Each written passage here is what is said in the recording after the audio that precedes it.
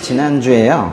예레미야서 그 8장 4절부터 그 10장 25절까지를 70절에 걸친 긴 시라고 말씀을 드렸었는데, 지난번에 그 긴 시의 그 일부를 봤었습니다. 8장을 봤었고, 또 오늘 그 시의 일부를 또 보겠습니다. 예. 지금 시 한 편이 예레미야서에 있다는 건데요. 그 시는 하나님께서 이제 북쪽으로부터 군대를 보내서 이스라엘을 징계하시겠다라는 그런 내용의 시인데요. 지금 예레미야서가 계속 이스라엘이 징계 위기에 있는 그런 이야기입니다. 근데 이스라엘이 왜 징계를 받나요? 왜 혼나요? 하나님을 떠나서 뭐 했기 때문에? 예, 우상숭배했기 때문에, 그죠? 하나님 떠나서 우상숭배했기 때문에 징계를 받게 됐습니다. 그런데 이제 당시에 이스라엘 사람들은요, 우상숭배를 했어요. 그런데 자신들이 우상숭배를 하면서도 하나님을 떠나 있다고 생각하지는 않았었어요. 왜냐하면 하나님도 섬기고 우상도 섬겼거든요. 예레미야서의 그 어떤 겉으로 드러난 그런 주제는 북쪽으로부터 누군가가 침략해서 이스라엘을 징계하겠다, 뭐 이런 것이지만은 깊이 들어가 보면 그 속에 있는 핵심 메시지는 우상숭배하지 말라입니다. 예레미야서 전체 이야기가 우상숭배하지 말라는 거예요. 매주 우리가 우상숭배는 나쁜 것이라고 배우고 있고 하지 말라는 금지의 명령도 듣고 있지만은 이 즈음에서 우리 여태까지 이제 배웠던 또 다른 주일 설교에서 이제 들었던 그런 우상숭배가 뭔지를 오늘 좀 정리를 하고 가도록 하겠습니다. 네, 그래서 이제 오늘 설교의 제목이 뭐예요? 네, 우상숭배란 무엇인가입니다. 이 문제를 푸는 것은 이제 기독교 신앙을 가진 우리에게 매우 중요한 일입니다. 왜냐하면 하나님께서 제일 싫어하시는 게 우상숭배거든요. 먼저 예레미야서에서 말하는 우상숭배가 뭔지 좀 살펴보겠습니다. 좀 앞쪽으로 가시는데요. 예레미야서 2장 5절로 가보세요. 여호와께서 이렇게 말씀하셨다. 너희 조상들이 내게서 무슨 불의함을 찾아냈기에 그들이 나를 떠나 헛된 우상을 따르고 우상처럼 헛되게 됐느냐. 이 말씀에서 이제 우리가 우상의 본질을 알 수가 있는데요. 우상은 헛되다는 거예요. 또 더 나아가 우리가 알 수 있는 것은 헛된 우상을 따르면 우상처럼 헛되게 된다라는 거예요. 정리하면서 가겠습니다. 네. 헛된 우상을 따르면 우리도 마찬가지로 헛되게 된다. 네. 이제 우리가 우상숭배를 공부하면서 그게 무엇인지 알려고 할 때 아주 중요한 거예요. 헛되다는 게 헛되다. 근데 그걸 따르는 사람들도 마찬가지로 헛되게 된다는 거예요. 근데 이제 헛되다는 게 뭐예요? 그 이제 답도 예레미야서에 있습니다. 이건 좀 뒤쪽에 있는데요. 예레미야서 51장 가보세요. 예레미야서 51장 17절. 모든 사람이 분별력이 없고 지식이 없고 세공장이들 모두가 자신의 우상들로 수치를 당한다. 이는 그가 녹여 만든 우상들이 헛것이며 그것들 안에 생명이 없기 때문이다. 뭐가 없대요? 생명이 없대요. 그래서 우상이 헛되다는 것은 우상에게 생명이 없다는 뜻입니다. 예레미야서 10장 14절에서는 또 그거를 우상들 안에 호흡이 없다라고 또 표현을 했어요. 그러니까 우상에게는 생명이 없고 호흡이 없어요. 그렇기 때문에 생명이 없고 호흡이 없으면 스스로 살아가지 못하겠죠. 스스로 살아 있을 수조차 없습니다. 그러니까 스스로도 살아남을 수 없는데 우리에게 어떻게 생명을 부여할 수 있겠어요? 우리에게 더더군다나 영원한 생명, 영생을 주는 건 할 수 없겠죠. 그래서 이제 우상이 헛되다는 것은 좀 다른 말로 하면 능력이 없다는 뜻이에요. 무슨 능력이 없는 걸까요? 우리를 구원할 능력이 없는 거죠. 그러니까 우상은 헛되고 생명이 없고 호흡이 없고 그래서 우리에게 영생을 주지를 못해요. 그러니까 하나님께서는 사람들이 우상을 따라가면서 계속해서 생명을 잃어가고 또 구원을 상실해가는 것을 안타깝게 가슴 아프게 그렇게 여기세요. 다시 예레미야서 2장으로 가겠습니다. 예레미야서 2장에 8절 보세요. 여호와가 어디 계시냐 하고 제사장들이 묻지 않았고 율법을 취급하는 사람들이 나를 알지 못했고 지도자들이 내게 죄를 저질렀다. 예언자들은 바알의 이름으로 예언하며 헛된 우상들을 추종했다. 이 말씀에서도 역시 우상은 헛된 것이라는 것을 말하고 있는데요. 또 한 가지 더 살펴볼 게 있습니다. 거기 보시면 예언자들이 바알의 이름으로 예언하며 헛된 우상들을 추종한다고 했는데요. 당시 이스라엘이 빠진 대표적인 우상 숭배가 바로 바알 숭배였습니다. 바알은요, 당시에 이 사람들이 믿기로는 하늘에서 비를 내려주는, 농업사회에서 비를 내려주는 것만큼 중요한 게 어디 있겠어요. 그래서 비를 내려주는 그런 풍요의 원천이라고 믿고 있던 우상신입니다. 말하자면 바알 숭배를 하는 이유가 뭐예요? 잘 먹고 잘 살려고. 그렇죠. 그러니까 물질적인 풍요를 얻기 위해서 복 줄 것만 같은 바알에게 예배를 드렸다는 거예요.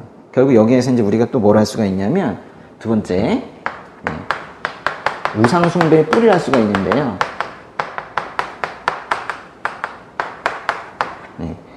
우상 숭배의 뿌리에는 뭐가 있는 걸까요? 바로 기복신앙이 자리 잡고 있다는 거예요.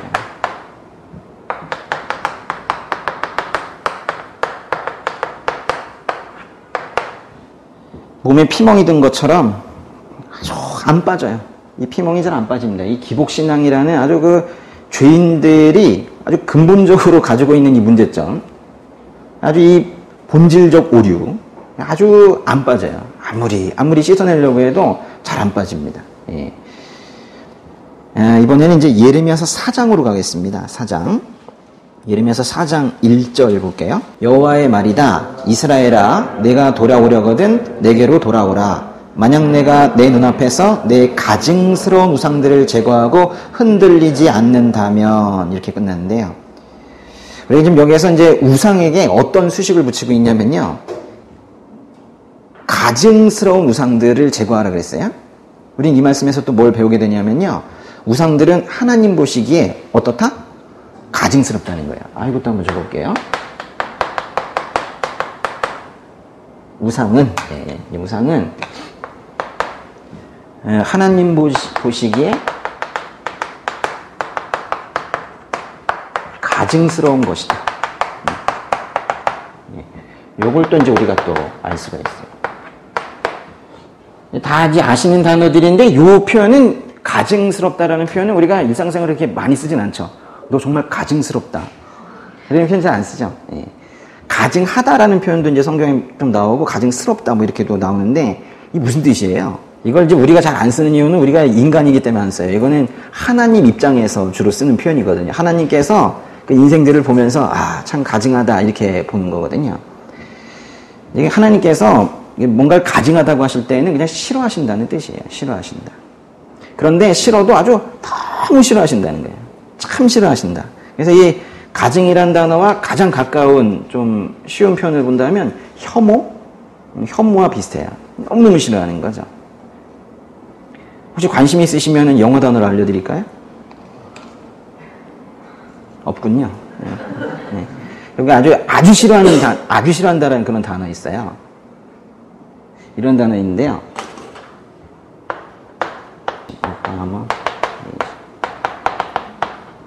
이런 단어 알아요? 여기 M이에요. abominate, abomination. 이게 혐오예요, 혐오. 그리고 또 싫어한다는 단어 중에서 이 detest라는 단어 있거든요. 아십니까? detest. 근데 이것도 이제 detestation. 요거. 그러니까 이거는 아마 영어 쓰는 사람들도 잘 안 쓸 거예요. 이 단어를 쓰면 인간관계가 다 끊어지겠죠.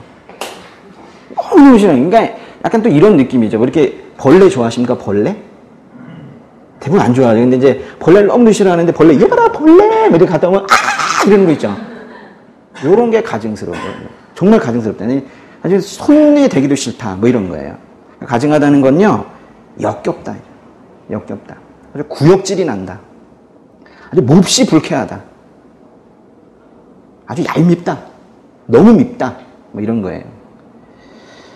레위기라는 책에서는요, 이런 말씀이 있어요. 여자와 성관계를 하듯이 남자와 성관계를 하지 마라. 그것은 가증스러운 짓이다. 라고 했는데, 이렇게 가증하다는 표현은 동성애와 같이 하나님께서 구역질이 날 정도로 싫어하시는 그런 행위 등에도 사용이 되기도 합니다. 그러나 대부분의 이 가증이라는 표현은 우상과 우상 숭배에 쓰여요.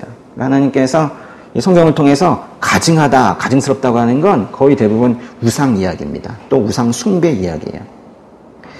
잠깐 그 책을 다른 책으로 벗어나서 신명기라는 책을 가보겠습니다. 신명기라는 책에는 하나님께서 싫어하시는 우상숭배 행위들이 아주 구체적으로 열거되어 있는 부분이 있는데요. 신명기 18장 9절. 너희가 너희 하나님 여호와께서 너희에게 주시는 그 땅으로 들어갈 때 그곳 민족들이 하는 그 가증스러운 짓거리들을 배워 따라하지 말라.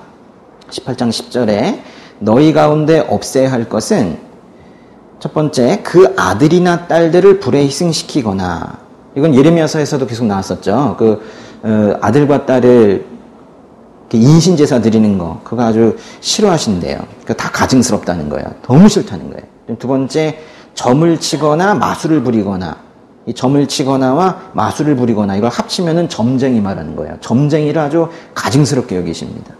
또, 예언을 말하거나, 예언이란 단어 자체는 좋은 단어인데, 여기서 예언을 말한다는 건요, 개역개정에서는 길흉을 말한다라고 표현했는데, 그러니까 말하자면, 하나님께서 보낸 예언자들이 아닌 다른 사람들이 그 잡신과 악령과 접신을 해서 예언하는 거, 그런 걸 말하는 거예요. 비슷한 얘기들이죠. 또 마법에 가담하거나, 이건 이제 악령의 힘으로 어떤 신비현상을 행하는 사람들이 있어요. 이런 것들 아주 가증스럽다 하시고, 그 다음 절 11절에 보시면 주문을 외우거나, 개역개정에서는 진언자라고 했고요. 신접한 사람이 되거나, 그 잡신과 교접하는 사람들이 있어요. 신접자. 또 영매가 되거나, 영매가 된다는 게 뭔 뜻이에요?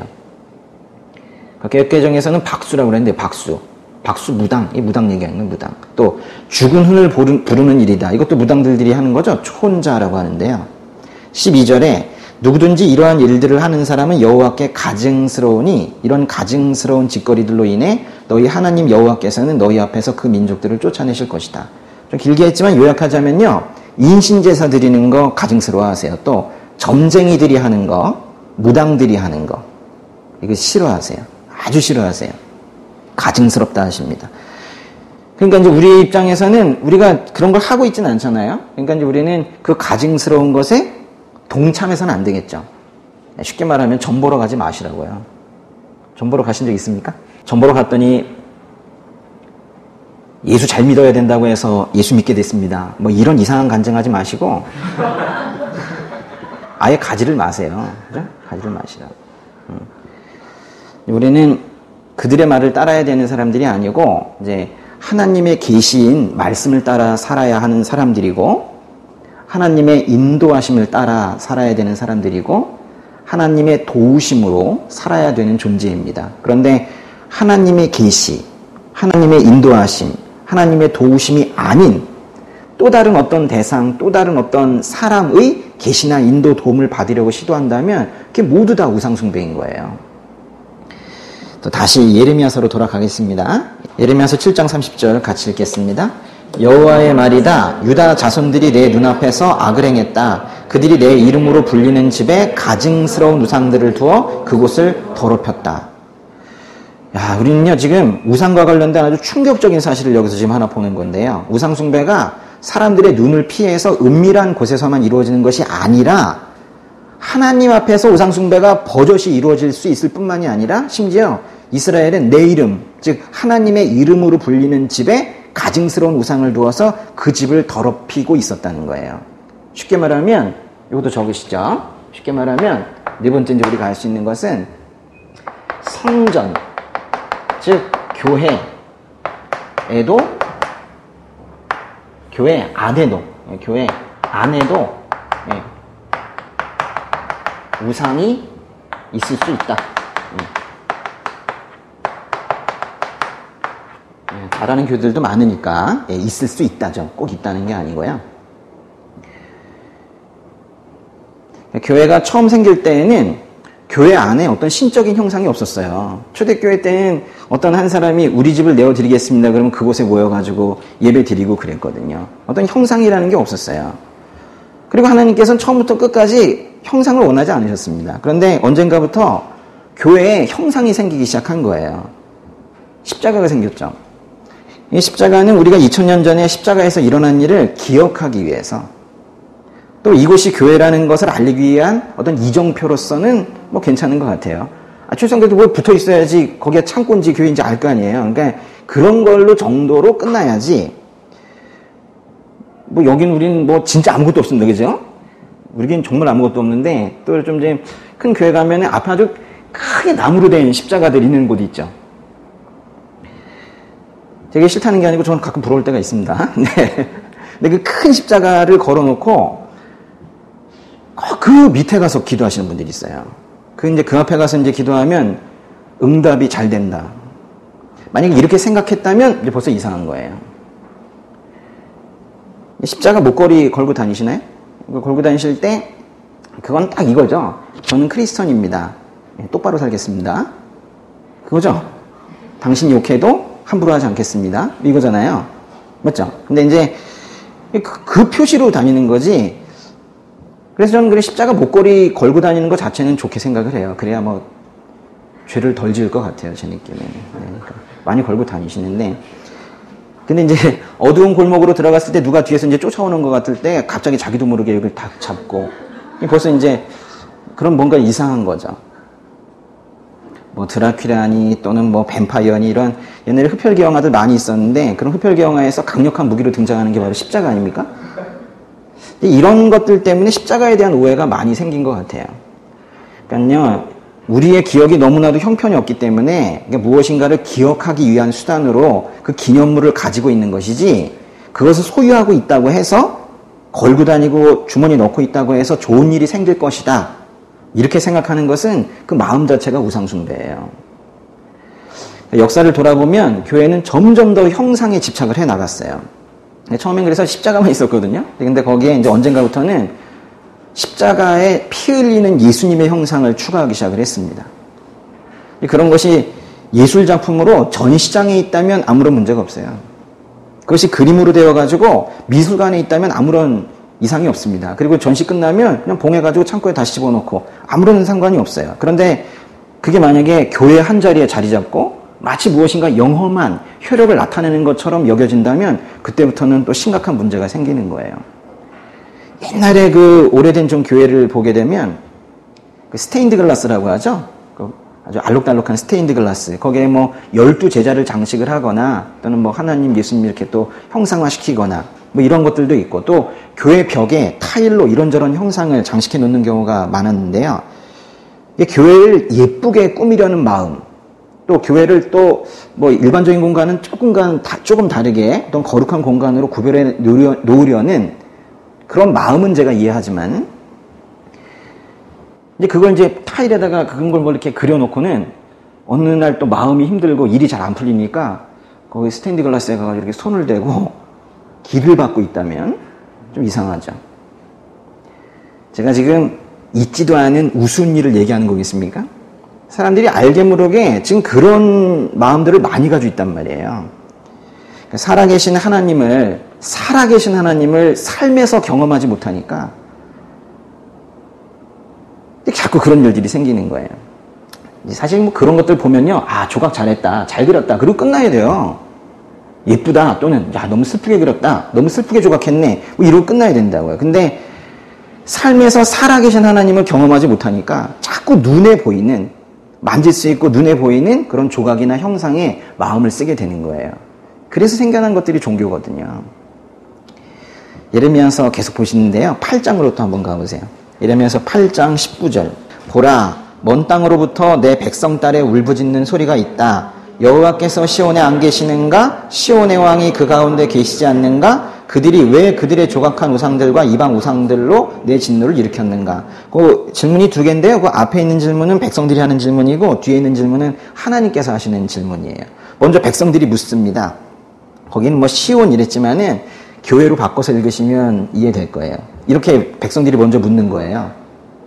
하나님께서 교회를 떠나셨나? 하나님이 교회에 계시지 않는가? 왜 우리를 구하시지 않지? 이렇게 묻고 있는 거예요. 이렇게 불평을 하자 하나님께서 이렇게 되물으십니다. 왜 조각한 우상들과 이방 우상들로 나를 화나게 했느냐? 그래서 이제 우리는 이 말씀을 통해서 또 뭘 할 수 있냐면요. 다섯 번째, 우상은 하나님이 싫어하실 뿐만이 아니라 하나님의 진노를 일으킨다.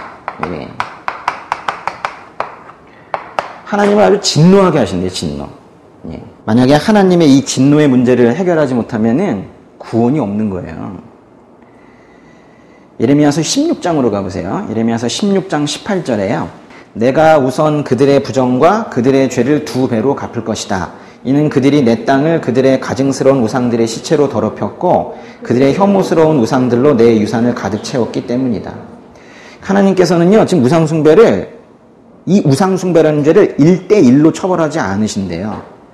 우상숭배 자체가 가장 싫어하는 것이고 가장 극악한 것인데 이 죄에 대해서 2배로 처벌하신다면, 여러분 가장 극악한 거에 대한 처벌은 가장 센데 그거의 2배면요, 이거는 우상숭배에 대한 죄를 2배로 갚을 것이다. 이거는 완전히 파괴하시겠다라는 거예요. 그래서 완전히 하나님께서 파괴하신다면 뭐예요? 하나님의 진노를 일으켜도 이렇게까지 일으킬 수가 없다는 뜻이에요. 그 말하자면 이 우상은 하나님의 진노를 일으킨다. 이 말은요, 이렇게도 쓸 수 있을 거예요. 우상은 구원을 위협한다.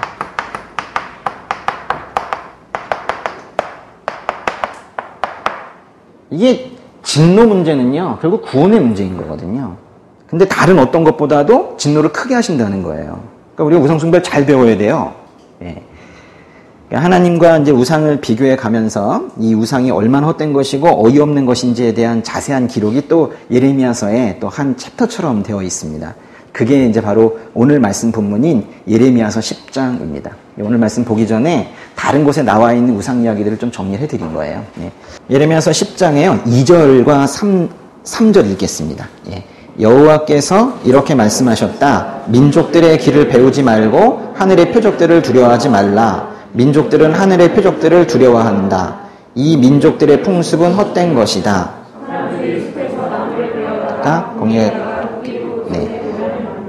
네. 이 사람들은요, 거기 2절에 보시면 하늘의 표적들이란 말이 나와 있는데, 이게 이제 별점 보고 하는 거 있죠? 그 점성술이라고 합니까? 점성술로 그 미래를 예언하는 걸 얘기하는 건데, 하여튼 그런 점성술 등 아주 온갖 종류의 점을 치면서 그렇게 살아왔다는 거예요. 그게 민족들의 풍습이었다는 거예요. 근데 3절에 이 민족들의 풍습은 헛된 것이래요. 이것은 이제 우상을 숭배하는 모든 종교들에 대한 경고입니다. 단순하게 점성술 나쁘다라고 한 게 아니라 점성술은 전체의 대표로 말한 것이고, 이 점치며 살아왔던 너희 민족들의 그 풍습, 그거는 헛된 것이다 라고 말씀하시는 거예요. 그리고 그 3절 끝에 사람들이 숲에서 나무를 베어다가 공예가가 도끼로 그것의 모양을 만든다 하셨는데요.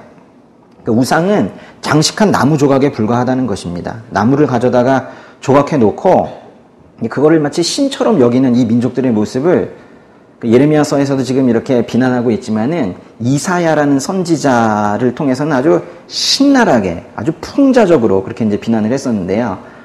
우리 예전에 이사야서 강의할 때 나눈 말씀이기도 한데요. 이건 제가 읽어드릴게요. 이사야서 44장 15절이 이렇습니다. 이 나무는 사람들에게 땔감에 불과하다. 목공은 어떤 나무를 가져다가 몸을 녹이기도 하고 거기다 불을 지펴 빵을 굽기도 하지만 또 어떤 나무로는 신상을 만들어 경배하고 우상을 만들어 절하기도 한다. 이런 얘기예요. 목공이 나무들을 잔뜩 가져와가지고 추우니까 한 반 정도는 갖다가 땔감으로 쓰면서 또 남은 걸로 갖다가 우상을 만든대요. 이게 땔감도 될 수 있는 걸 갖다가 우상을 만들었으니 이게 얼마나 우스운 일이냐는 거예요. 예레미야서 10장으로 가겠습니다. 10장의 4절로 가겠습니다. 4절에 같이 읽을까요? 그들이 그것을 금과 은으로 장식하고 못과 망치로 고정시켜서 흔들거리지 않게 한다. 그래놓고는 또 나무를 그대로 두면 덜 신적으로 보일까봐 그런지 금과 은으로 치장을 한대요. 금과 은으로 치장을 하고. 그런데 우스운 것은 그렇게 뭐 또 예쁘게 만들어놔도 그 우상들이 못과 망치로 고정시켜야 똑바로 서 있을 수가 있대요. 그러니까 이런 것을 신으로 숭배하는 게 이 땅의 인류의 모습입니다. 얼마나 어리석은 일이에요. 5절 읽겠습니다. 그들의 우상들은 참외밭의 허수아비 같아서 말할 수 없다. 그것들은 걷지 못하기 때문에 들어 날라야만 한다. 그것들을 두려워 말라. 그것들은 해를 끼칠 수도 유익을 줄 수도 없다. 이 우상들은요, 논밭의 허수아비 같대요. 그 개역개정 버전에서는 단순하게 둥근 기둥이라고 번역을 했지만 새번역이라는 성경이 있거든요. 그거랑 지금 우리 보고 있는 우리말 성경에서는 허수아비라고 번역을 했는데 허수아비라는 이 번역이 더 의미가 명확한 것 같아요. 허수아비가 뭐 하는 거예요? 허수아비는 가짜죠. 근데도 그걸 진짜처럼 착각하고 있는 애들이 있죠. 누가? 참새들이. 그러니까 새들은 그게 진짜 사람인 줄 알고 심지어 무서워서 떨기도 한다는 거예요.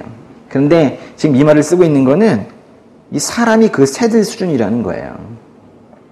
가짜를 보고, 가짜 우상을 보고 진짜처럼 여기고 있는 게 허수아비 보고 진짜 사람인 것처럼 생각하는 새들과 다를 게 뭐가 있냐는 거예요. 또 그 우상들은 걷지도 못하기 때문에 옮기려면 들어서 날라야 합니다. 그러므로 그것들을 두려워할 필요가 없대요. 그것들은 우리에게 해를 끼칠 수도 없고 유익을 줄 수도 없습니다. 8절 9절 읽겠습니다. 그들은 모두 분별력이 없고 어리석습니다. 나무로 만든 헛된 우상에게서 가르침을 받습니다. 은은 다시스에서, 금은 우바스에서 가져와서 공예가와 세공장이가 만들고 보라색과 자주색으로 옷을 입혔으니 모든 것이 능숙한 장인들이 만든 것입니다. 우상숭배를 하는 이들이 얼마나 분별력이 없고 어리석냐면 호흡도 없고 생명도 없고 겨우 장식한 나무 조각에 불과한 그 우상들로부터 심지어 계시를 받으려고 하는 거예요. 어떻게 말씀하실까? 이러면서. 그러면서 최고급 재질로 그 우상을 장식하고 싶어서 은과 금을 지금 수입을 하고 있는데요. 9절에 그 다시스라는 데 있죠. 이 다시스는 여기 그 지중해가 있으면요. 이쪽에 예루살렘이 있는데 저 그때 이제 스페인이 있거든요. 스페인에 있는 어떤 지역을 이제 다시스라고 그래요. 옛날에 요나라는 예언자가 하나님께서 이쪽에 니느웨에 가서 회개를 선포하라 했더니 이제 멀리 도망간다고 이 다시스로 가는 배를 타고 가다가 이제 다시 돌아오게 된 건데, 하여튼 다시스라는 곳은 예루살렘에서 저쪽 서쪽 맨 끝에 아주 먼 곳 이런 뜻이에요. 거기 가가지고 그 은을 가져다가 그걸 또 귀하게 이렇게 또 칠한다는 거예요. 그 다음에 거기 우바스? 여긴 어딘지 몰라요. 저도 모르고 아무도 모릅니다. 그래서 여기서 이제 금을 가져와서 우상을 또 장식을 한대요. 근데 그거는 그럼에도 불구하고 그저 능숙한 장인들이 만든 것에 지나지 않는다는 거예요. 10절, 11절 읽겠습니다. 그러나 여호와는 참 하나님이십니다. 그분은 살아계신 하나님이며 영원한 왕이십니다. 그분이 진노할 때 땅이 흔들리고 그분의 진노를 민족들이 견뎌낼 수 없습니다. 너희는 그들에게 이같이 말하라. 하늘과 땅을 만들지 않은 신들은 땅에서 그리고 하늘 아래서 멸망할 것이다. 그 11절과 조금 띄어서 15절 한번 읽어보시는데 그 공통점이 뭔가 찾아보세요. 15절 읽겠습니다. 그것들은 쓸모가 없고 조롱거리일 뿐입니다. 여호와께서 벌하실 때 그것들은 망할 것입니다. 우상들의 최종 운명이 뭐라는 거예요? 망한다는 거예요. 이것도 적겠습니다. 이건 10장에 있는 것이지만 우상의 최종 운명은 멸망이다. 그래서 이 우상 잡고 있으면 같이 망하는 거예요. 왜냐하면 이 문제를 해결하지 못한 겁니다.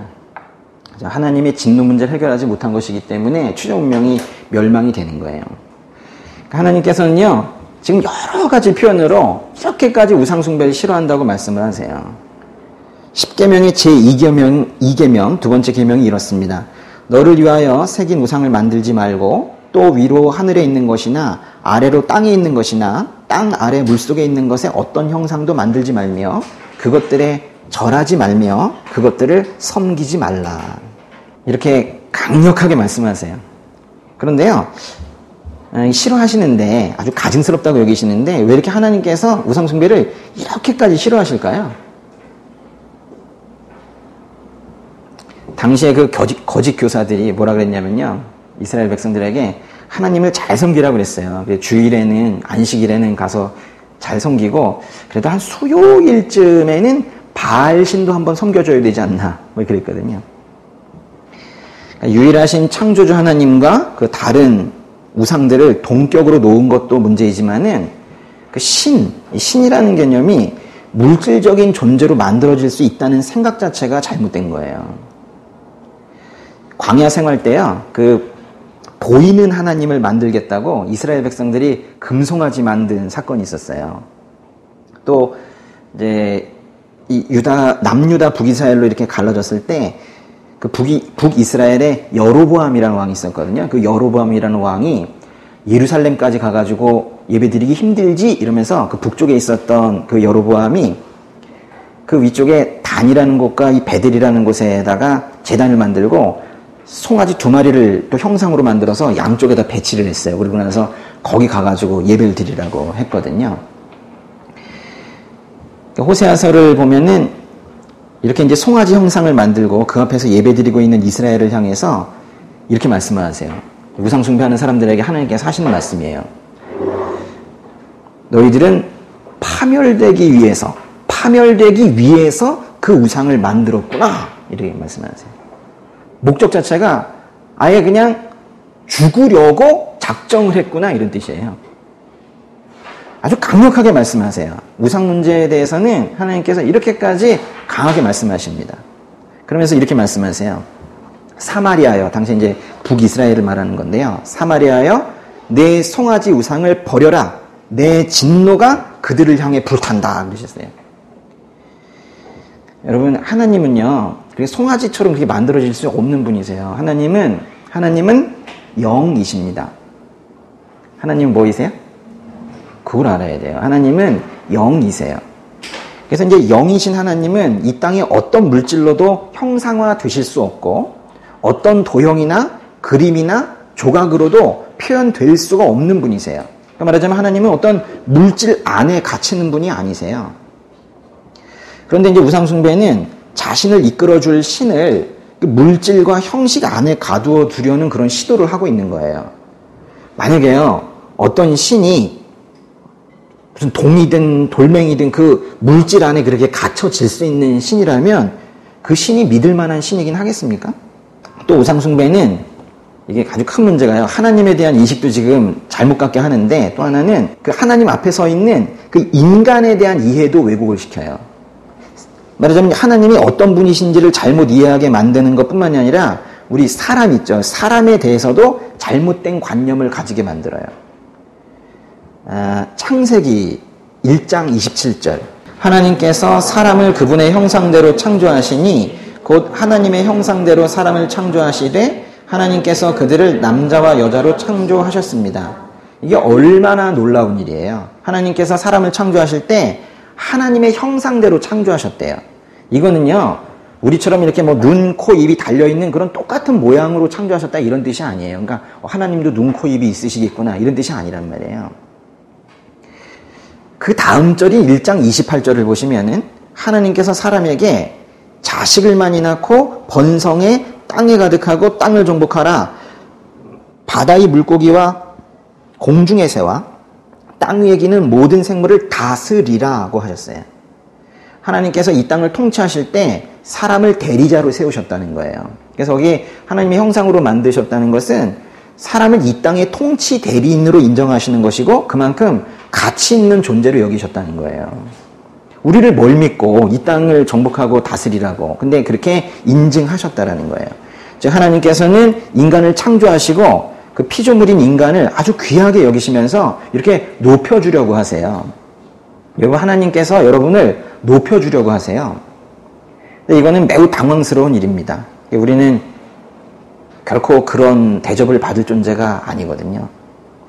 하나님 말을 잘 듣는 것도 아니고 또 죄를 지어서 이렇게 타락해 있는 이런 존재를 왜 이렇게 귀하게 대해 주실까요? 그냥 단순히 예쁘다 이 정도가 아니라 아주 귀하게 이렇게 높여주시려고 그러세요. 왜 우리를 이렇게 귀하게 대해 주십니까? 하나님의 그 사랑을 못 받고 계신 거예요? 아주 귀하게 대하시잖아요. 아주 귀하다 이렇게 마치 그 갓난아기 안고 있는 것처럼 이렇게 하시잖아요. 예수님 때문이에요. 예수님 때문에. 하나님은 십자가에서 예수님께서 죽으시기 전에도 이미 그 십자가 사건을 계획하고 계셨고 그 이후에는 당연히 역사적 사실인 그 십자가 사건에 기반해서 우리의 구원을 이루어 가고 계십니다. 우리가 죄인으로 태어나서 죄 속에 허우적거리며 살았어도 하나님께서는 우리의 모든 죄를 예수님께 씌우셔서 그 모든 죄를 짐지게 하시고 결국 우리를 구해내셨습니다. 근데 그렇게 희생된 예수가 누구냔 말이에요. 하나님께서 가장 사랑하시는 아들이었단 말이에요. 그러니까 하나밖에 없는 아들을 희생시키면서까지 이 죄인들을 구하고 싶어 하셨던 분이 우리가 믿고 있는 하나님이세요. 그러니까 이렇게 하나님께서는 지금 땅에 있는 우리를 더 이상 땅의 차원으로 이해하지 않으시고 저게 하늘 차원에서 바라보시는 거예요. 여러분 한 분 한 분을 매우 귀하게 여기십니다. 그리고 심지어 그 하나님의 나라에서, 그 당신의 나라에서 나중에는 영원히 함께 살자고 하세요. 천국. 우리는 원래 천국에 지분이 없는 사람들이에요. 자격도 없고 사실 어울리지도 않습니다. 그런데 하나님께서, 잘 들으셔요. 하나님께서 우리를 위해 아들 예수를 희생시켜서 우리의 죄값을 치렀다는 것을 믿으면 그것만으로 충분하다고 하시면서, 하나님께서 우리를 위해 아들 예수를 희생시켜서 우리의 죄값을 치렀다는 것을 믿으면 그것만으로 충분하다고 하시면서 우리를 하나님의 영원한 집에서 살 수 있도록 허락하신 거예요. 그게 성경의 가르침입니다. 그리고 이것을 복음이라고 하는 거예요. 그리고 이제 우리에게 하나님을 심지어 아버지라고 부를 수 있도록 허락하셨어요. 창조주 하나님을 아버지라고 부르고 있는 자신의 모습을 좀 저 멀리 그냥 대강 보지 마시고 믿음의 눈으로 하나님 아버지를 아버지라고 부르고 있는 자신을 한번 믿음의 눈으로 보시란 말이에요. 그러니까 제대로 보면은 아마도 제자리에 서 있지 못할 겁니다. 이게 얼마나 엄청난 일인지 심장박동이 막 빨라져가지고 견뎌낼 수가 없을 거예요. 너무도 떨리고 그러면서도 감사하고 그러면서도 그 창조주 하나님을 아버지라고 부르고 있는 자신을 보면서 사실 두려운 마음이 드는 게 정상이거든요. 우리가 그런 걸 이제 경외한다라고 표현하잖아요. 그러니까 이 땅의 존재인 우리를 이 하늘 차원으로 끌어올려주신 하나님께 감사해야 돼요. 그냥 버려두었으면은, 그냥 내버려뒀으면은 죄 가운데 살면서 이거리 저거리 다니면서 그냥 동냥이나 하는 꼴로 살았을 우리를 이렇게 깨끗하게 씻겨주시고 또 심지어 채색 옷을 입혀서 이렇게 살게 하시고 하나님의 나라가 우리의 원래 고향이었다고 하면서 다시 그곳으로 돌아가자 그렇게 말씀하시는 분이세요. 그런데 이와 비교해서 우상숭배를 한번 보세요. 우상숭배는 하나님의 형상으로 이 땅에 있는 사람을 창조한 것이 아니라 사람의 형상으로 신을 만들어요. 사람의 모습을 따라서 신을 만들어요. 그러면서 똑같이 만들 때도 있지만 어떤 때는 어떻게 만들어요? 눈을 크게 만들기도 하죠. 이렇게 크게 만들기도 하고, 뭐 가슴을 크게 만들기도 하고, 또 어떤 때는 이 머리를 자르고 황소머리를 갖다 놓기도 하고, 뭐 이렇게 하죠. 그리고 심지어는 아예 사람의 모습이 이제 거의 사라지게 동식물의 형상으로 그렇게 신을 만들어 놓기도 하고 그렇습니다. 이게 얼마나 어리석은가 보세요. 하나님께서 다스리라고 만들어 놓은 그 동식물, 그 피조물들을, 즉 말하자면 자기보다 못한 존재인 동식물의 형상을 만들어 놓고 그걸 또 신이라고 하면서 절을 하는 거예요. 사람의 가치를 땅의 수준으로 떨어뜨린 것뿐만이 아니라 심지어는 그 사람의 수준보다 더 밑으로 지금 추락시켜 놓은 거죠.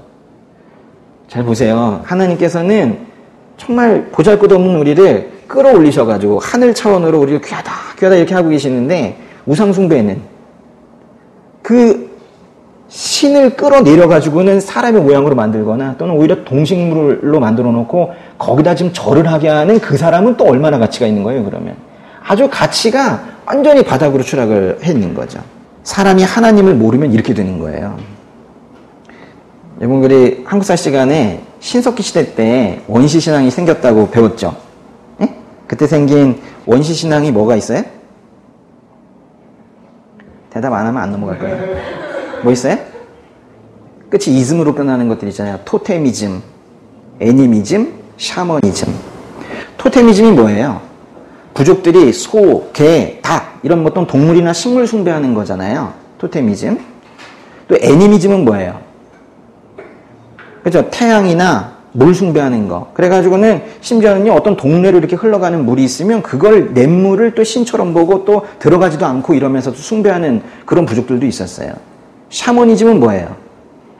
무당이 하늘과 땅을 연결해주는 매개자라고 믿고 악령에게 접신한 그 무당 말에 따라서 평생을 살아가는 걸 우리가 샤머니즘이라고 하잖아요. 그러니까 인류의 역사는 하나님을 모르는 이 무지한 상태에서는 너무나도 자연스럽게 이렇게 어리석은 신앙 활동을 한다는 걸 역사가 보여주는 거예요. 가만히 놔두면 그렇게 되는 거예요. 가만히 놔두면 그냥 아무것도 안 하고 가만히 놔두면 이 죄인들이 그냥 애니미즘, 샤머니즘, 토테미즘 이러면서 사는 거예요.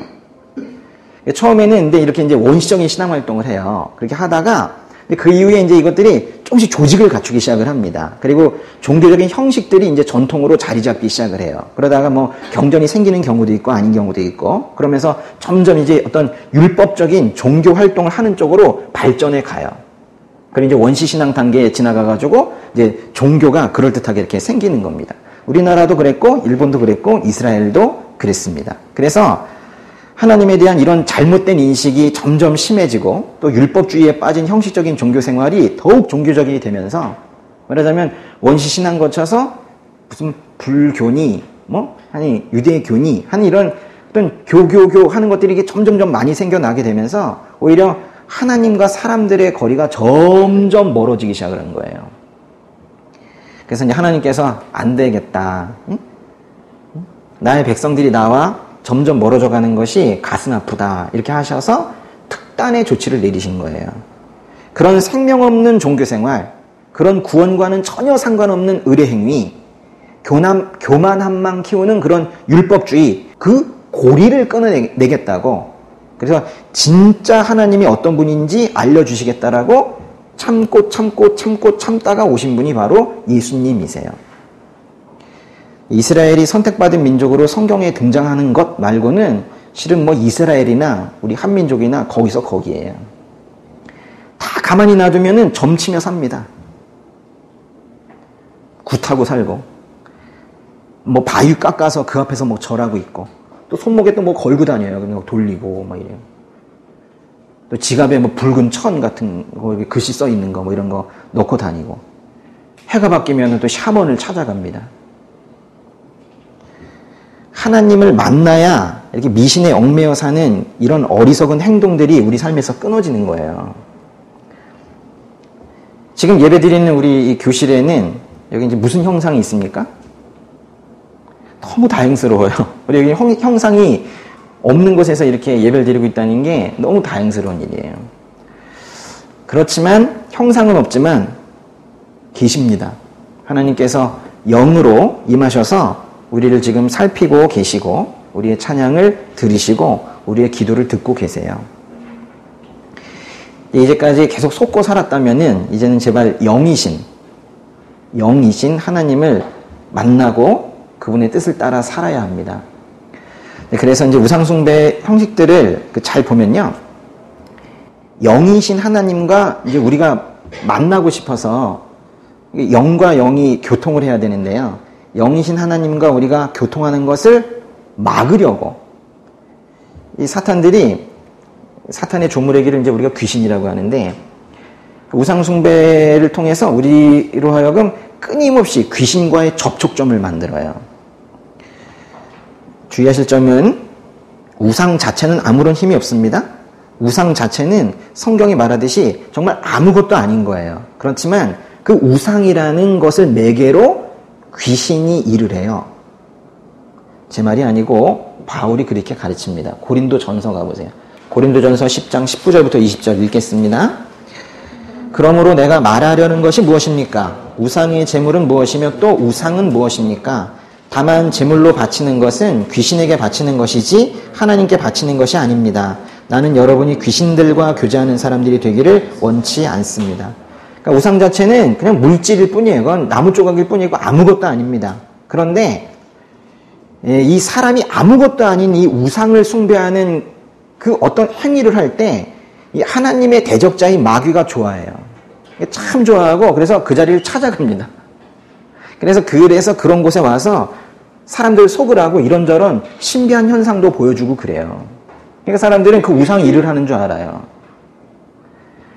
그럼 굿 하는 데 가봤으면 굿 하는 데 가면 신비현상이 많이 일어납니다. 사람들이 그런 신비현상에 빠지라고 이 마귀의 조물의 기들인 이 귀신들이 거기 와서 장난을 많이 쳐요. 저는 예수님 믿기 전에 뭐 그런 환경 속에 깊이 살았었기 때문에 잘 압니다. 참 부끄럽게도 저는 뭐 점쟁이의 예언을 찾아서 다닌 적도 있고 엄청난 돈을 주고 산 깊은 곳에 들어가서 하루 종일 북치고 그러면서 돌아가는 그 굿 있어요. 그 굿도 해본 적이 있고, 집안에 가면 구석구석 쌀이랑 명주실이랑 북엇대가리가 있고 그랬었어요. 그런데 이 어리석은 사람들이 어떤 생각을 하냐면요, 이제 그런 것들을 하다가 집안에 누가 이제 가족의 질병이 걸렸어. 근데 갑자기 나았어. 그러면 그 우상을 섬긴 덕분이라면서 거기에 점점 빠져드는 거예요. 질병의 문제일 때 많이 빠져들고, 학교 입학, 특별히 대입 뭐 이런 거 많이 빠져들고, 승진시험 많이 빠져들고, 뭐 이런 것들이 다 그 범주 안에 들어가 있는 겁니다. 그런 것들을 다 이용해 먹죠.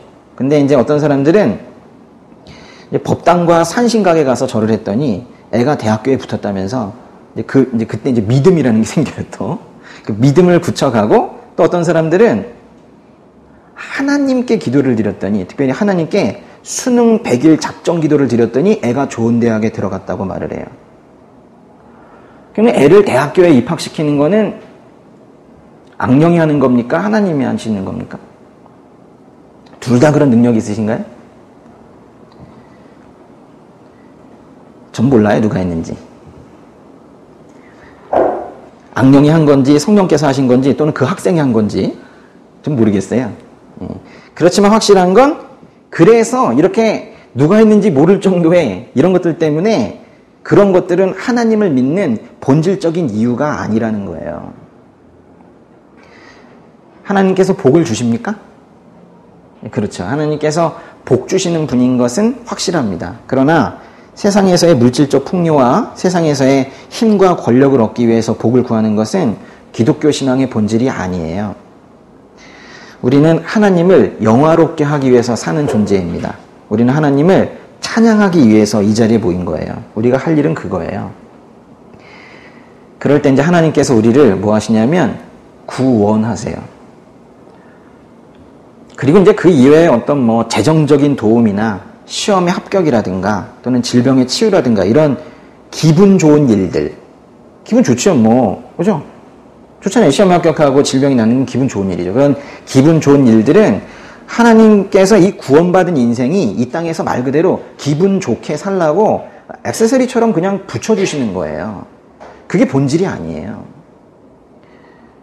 주시면 잘 쓰세요. 크리스천이 이런 것들 먹어도 되나, 이런 차 끌어도 되나, 이런 집 살아도 되나, 이런 거 하지 마시고 주시면 그냥 다 누리세요. 그렇지만 안 주시면 그냥 안 주시는 대로 그냥 안 주시는구나 이러시면 돼요. 하나님께서 우리의 삶의 삶의 필요를 채우시기는 하지만은 실은 그것을 하시든 안 하시든 상관없어요. 하나님께서는 우리의 삶의 필요를 채우시기 위해서 우리에게 오신 분이 아니라 우리를 왜 부르셨어요? 우리를 구원하시기 위해서 부르셨잖아요. 구원을 위해서 부르셨다니까요. 그럼 우리에게 필요한 건 아예 안 주시는가? 주신다니까요. 주시면 주세요. 근데 안 주셔도 상관없다고요. 맞습니까? 동의를 안 하시는 것 같은데. 그러니까 주시고 안 주시고에 매달리는 거. 왜 안 주시지? 또 주셔서 감사하다. 이게 하여튼 이거죠. 하나님께 매달리는 게 아니라 하나님께서 주시고 안 주시고에 매달리는 것, 이것도 우상숭배와 크게 다를 거 없어요. 하나님을 구하지 않고 그 이외의 것을 구한다면 그것이 우상숭배가 아니고 뭐겠어요? 마태복음 6장 33절에서 뭐라고 하셨어요? 오직 너희는 먼저 그 나라와 그 의를 구하라. 그러면 이 모든 것도 너희에게 더해 주실 것이다. 그 앞절 6장 32절에서는 뭐라고 하셨어요? 이 모든 것은 이방 사람들이나 추구하는 것이다. 하늘에 계신 너희 아버지께서는 너희에게 이런 것이 필요하다는 것을 아신다. 그 앞절 31절에서는 뭐라고 하셨어요? 그러므로 무엇을 먹을까? 무엇을 마실까? 무엇을 입을까? 걱정하지 말라. 그 앞절인 30절에서는 뭐라고 하셨어요? 오늘 있다가도 내일이면 불 속에 던져질 들풀도 하나님께서 그렇게 입히시는데 하물며 너희는 얼마나 더 잘 입히시겠느냐? 믿음이 적은 사람들아! 믿음이 적은 사람들아 그러셨잖아요. 중요한 것은 무엇을 먼저 구하느냐인 것이지 하나님께서 그렇게 박하신 분은 아니세요. 근데 하나님께서는 우선순위가 무엇인지를 보신단 말이에요. 네가 정말 나를 구하고 있는지 내 손에 들려있는 네 빵만 구하고 있는지 내가 보고 싶다 하시는 거예요. 하나님께서는요 주시고 싶어 하세요. 얼마나 풍성하신 한 분인지 몰라요. 우리 아버지 부자세요. 세계 최고 부자세요. 우리 아버지께서. 예? 근데 우리가 지금 그 아버지 손에 들려있는 사탕을 받으려고 지금 어떻게 하고 있어요? 아버지께서 계신데 그 사탕만 좀 뺏어보려고, 사탕만 이렇게 뺏어보려고, 사탕만 좀 뺏어보려고, 이러고 있잖아요. 아니, 하나님 안으로 이렇게 들어와야지, 안아주시면서, 이것 좀 또 뭐 챙겨주시기도 하고, 씻겨주시기도 하고, 뭐 먹여주시기도 하는데, 그 자기 일어나고. 그만 이렇게 좀 채보려고. 믿음이 적은 사람들 이렇게 말씀하시는 거예요. 레위기로 가보세요. 레위기의 26장 1절. 너희는 너희를 위해 우상들을 만들거나 새긴 형상이나 주상을 세우지 말고 너희는 너희 땅에 다듬은 돌을 세우고 그것들을 섬기지 말라. 이는 내가 너희 하나님 여호와이기 때문이다. 뭐가 중요한 말 같아요? 여기 지금 사람들이 우상을 만들고 그 우상 숭배 행위를 통해서 구하고자 하는 것은 모두 다 너희를 위해, 즉 자기를 위한 것들이래요. 그러니까 우상 숭배는요, 다른 어떤 걸 숭배하는 것 같지만 근본적으로는 그걸 통해서 자기 배불리는 자기 숭배인 거예요. 우상 숭배는 근본적으로 자기 숭배입니다. 이건 계획이 없었는데 써야겠어요, 이것도.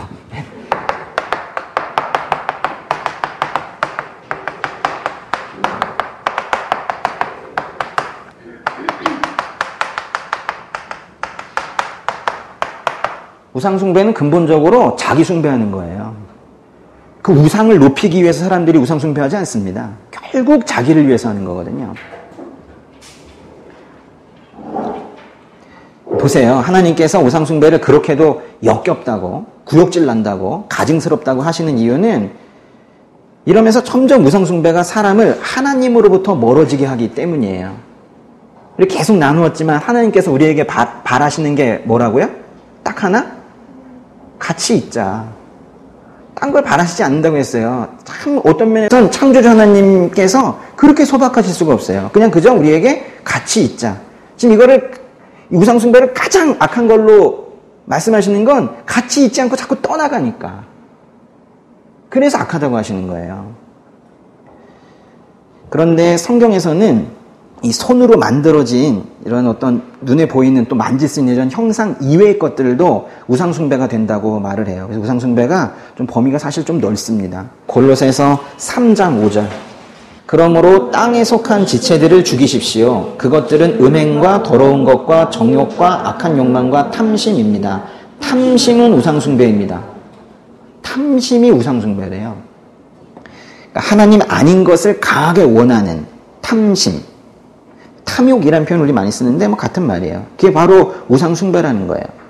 요즘 사람들이 그 탐심을 가지고 있는 대상이 뭘까요? 정말 가지고 싶다. 여러 가지 있겠지만은 돈이겠죠, 돈. 사실 여기에 딱 맞는 게 돈입니다. 그러니까 성경은 하나님과 돈을 함께 섬길 수 없다고 그랬어요.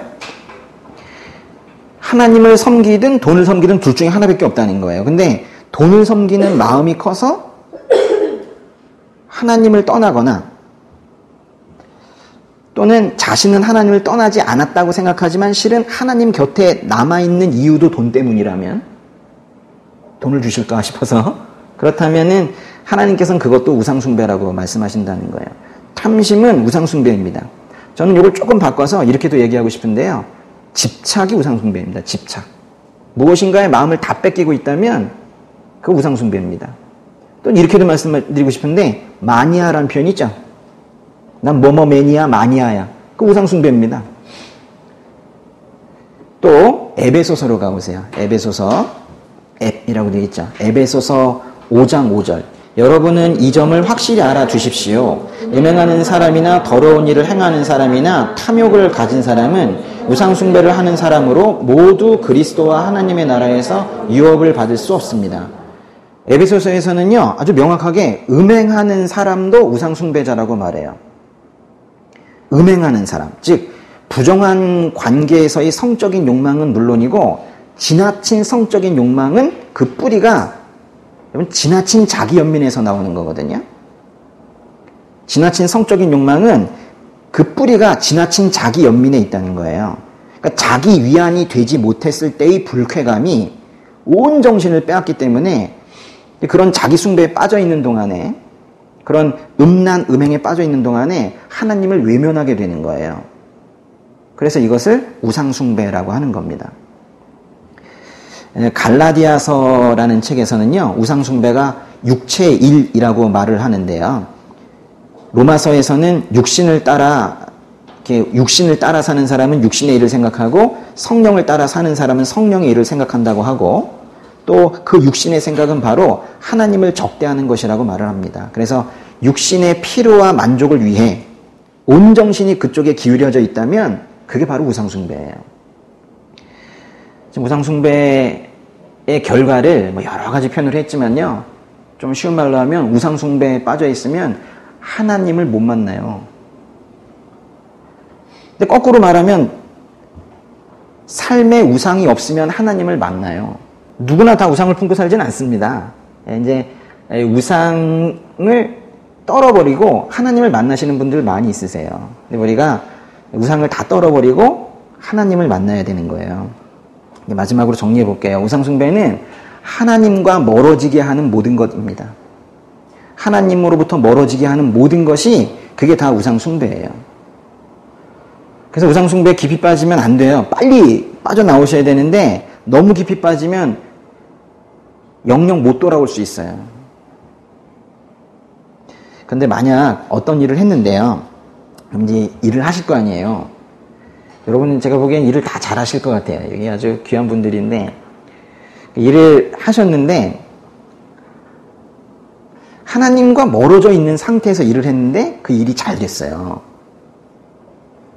그래서 이제 그 다음에 할 때 그럼 이제 하나님과 관련이 없는 일이다라고 생각하고, 세상에 그런 건 없습니다. 근데 상관이 없는 일이라 생각하고 그 일을 할 때 기도도 안 하고 하는 경우가 있을 수 있어요. 그러니까 어떤 일을 10년, 20년 이렇게 해가지고 달인이 되잖아요. 그러면 그 일 할 때 기도를 안 하는 거예요. 예를 들 때 첫 강의할 때는 주님 도와주세요. 이러면서 이제 하니까 강의 한 10년 차, 20년 차 되니까 기도도 안 하고 그냥 마이크 툭 켜고 이렇게 하는 거예요. 제가 어제 너무 때이르게 주례를 섰습니다. 제가 주례를 섰다고요. 진짜 얼마나 민망하고 그런지. 네, 제가 정말 기도 많이 했습니다. 예, 그 부부를 위해서만큼이나 저를 위해서 많이 기도를 했어요. 처음이니까 그것도 얼마나 중요한 일이에요. 한 가정이 서게 되는데. 근데 제가 이제 만약에 주례를 이제 한 100상을 했어요. 100상을 만약에. 그래서 이제 몸에 막 이제 그 주례가 밴 거죠. 그래가지고 이제 딱 신랑과 신부 이름만 바꾸면 되는 거예요. 막 능수능란하게 그렇게 주례를 하게 됐어요. 근데 아주 기도를 안 해도 잘 되는 거예요. 더 참혹한 것은 그러고도 두려움이 느껴지지 않는 거예요. 그러면 그 자신감 있죠. 그 자신감, 원래 자신감은 좋은 편인데, 그럼 그 자신감, 그 달인된 경험, 이것도 우상이 되는 거예요. 하나님의 도우심과 하나님의 인도하심을 믿은 게 아니라 자기 경험, 자기 능력을 믿은 거거든요. 보세요. 기도하지 않고도 마음이 편했다면 하나님과 멀어진 거거든요.